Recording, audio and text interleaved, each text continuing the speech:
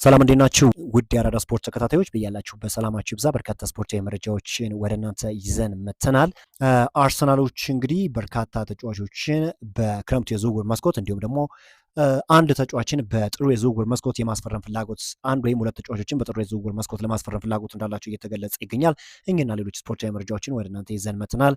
እስከ ፕሮግራማችን መጠናቂያ ድረስ አብራችሁን ቆዩ።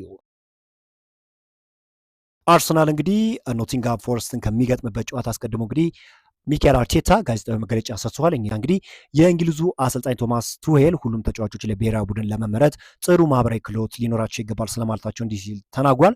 ከቶማስ ጋር ሙሉ ለሙሉ እስማማለሁ። ይህ በጣም አስፈላጊ ነገር ነው። ቡድንን ለመደገፍና የጨዋታ አካል ባትሆን እንኳን የተለያዩ ሚናዎችን ለመጫወት አስፈላጊ ነው ሲል ሚኬል አርቴታ ተናግሯል። አርቴታ በጉዳት ላይ ስላሉ ተጫዋቾች ደግሞ ከሕክምና ቡድኑ ጋር ተነጋግረን ማን ለጨዋታው ዝግጁ እንደሆነ የምናውቅ ይሆናል ሲሉ ነው የተናገሩት። በኖቲንግሃም ፎረስት ጨዋታ እንግዲህ ለውጥ ይኖራል ተብሎ ይጠበቃል። በርካታ ተጫዋቾች በተለይም ደግሞ ካይ ሃቨርትዝ ከጉዳት ማገገሙ ይታወቃል እና ቋሚ 11 ላይ ይዞት የሚገቡ ተጫዋቾች ለውጥ ያደርጋሉ ተብሎ ይጠበቃል። እንግዲህ ኤቤሬቺ ኢዜም እንግዲህ እድል እየተሰጠው አይደለም። ነገር ግን በመጪዎቹ ጨዋታዎች ላይ ለተጫዋቹ እድል ይሰጠዋል ተብሎ ነው የሚገመተው። አርሰናል እንግዲህ በስኳድ ዴፕሱ አንጻር ከሌሎች ክለቦች አንጻር የተሻለ ነው ማለት እንችላለን። በመከላከሉ ረገድ እንዲሁም በመሀሉ ጥሩ ነው። ነገር ግን አንዳንድ ክፍተቶች አሁንም አሉ። እንግዲህ እኚህን ክፍተቶች ለሙላት ደግሞ አርሰናሎች ወሳኝ የሆኑ ስራዎችን እየሰሩ ይገኛሉ።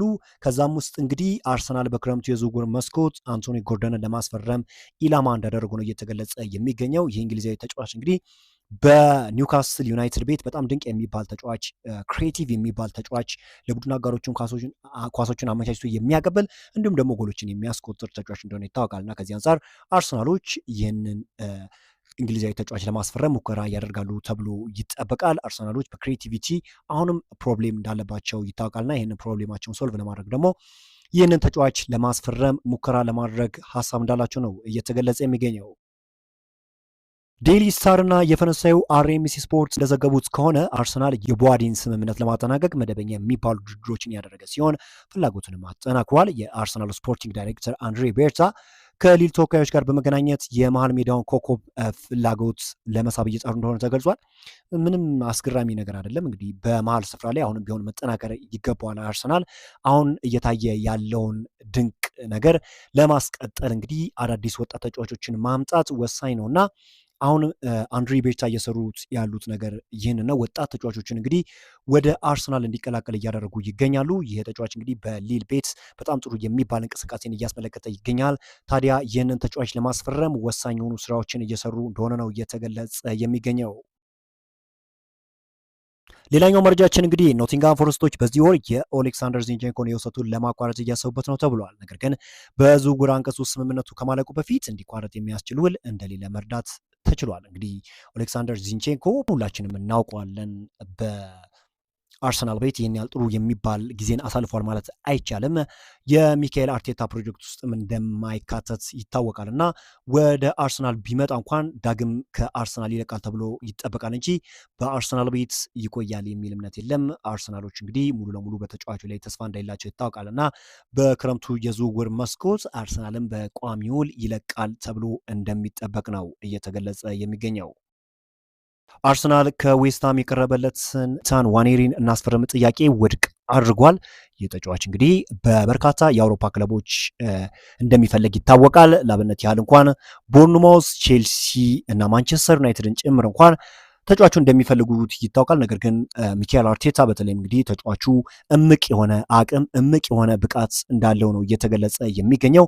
ከዚህ አንጻር ይህ ተጫዋች እንግዲህ ወደ አርሰናል የመምጣት እድሉ በጣም እንደጠበበ ነው እየተገለጸ የሚገኘው። አሁን እንግዲህ አርሰናል በተለይም ደግሞ የስኳድ ስፋቱ ወይም ስኳዱ ሰፊ ከመሆኑ አንጻር ተጫዋቾች እንግዲህ የመሰለፍ እድልን እያገኙ አይደለም። የትኛውም ተጫዋች ደግሞ የመሰለፍ እድል ማግኘት ይፈልጋል።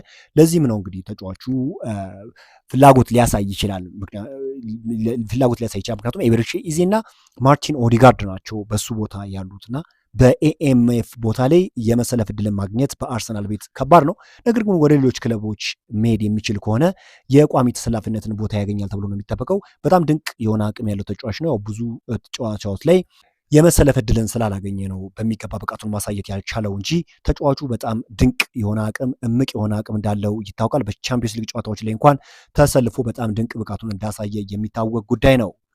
ሌላኛው ዜናችን እንግዲህ ዲክላን ራይስ አርሰናል ቼልሲን 3-2 ባሸነፈበት ጨዋታ ከአሰልጣኙ ጋር በረፍት ሰዓት የጦፈ የቃል ልውውጥ እንዳደረገ ይታወቃል። ማጋሌሽ ሁኔታውን ለማረጋጋት ከመድረሱ ጠንካራ ቃላት ተለዋውጧል።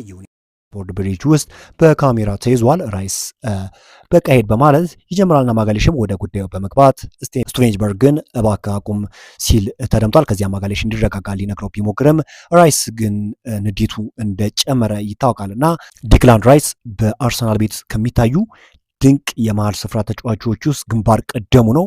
እንዲሁም አርሰናሎች ከፍተኛ ዋጋ አውጥተው ነው እንግዲህ ተጫዋቹን የግላቸው ማድረግ የቻሉት። ነገር ግን ስለ ዋጋው ወይም ስለመጣበት ወጪ ሲወራ ሰምተን አናውቅም።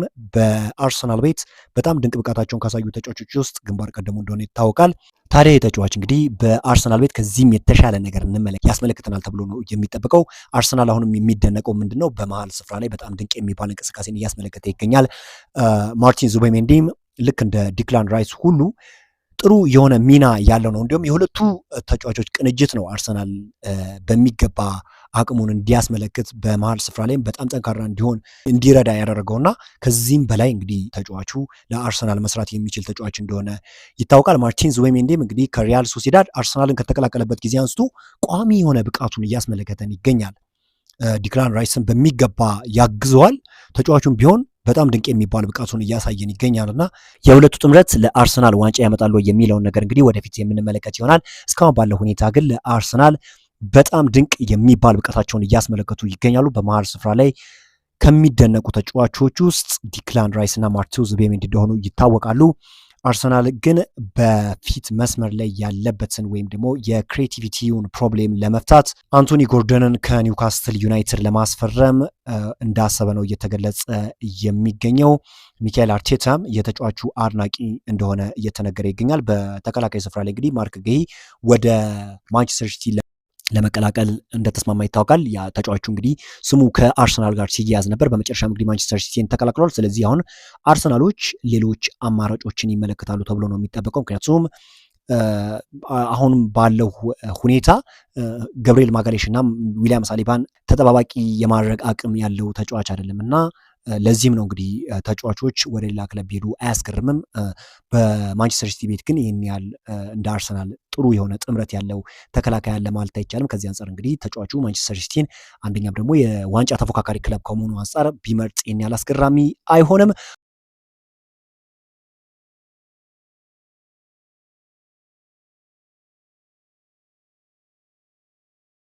በዛሬው ዕለት እንግዲህ አርሰናል የተመለከቱ ስፖርታዊ ዜናዎች እኚህን ይመስላሉ። በአዳዲስ ስፖርታዊ መረጃዎች እስክንገናኝ ድረስ መልካም ሁሉ ተመኘው።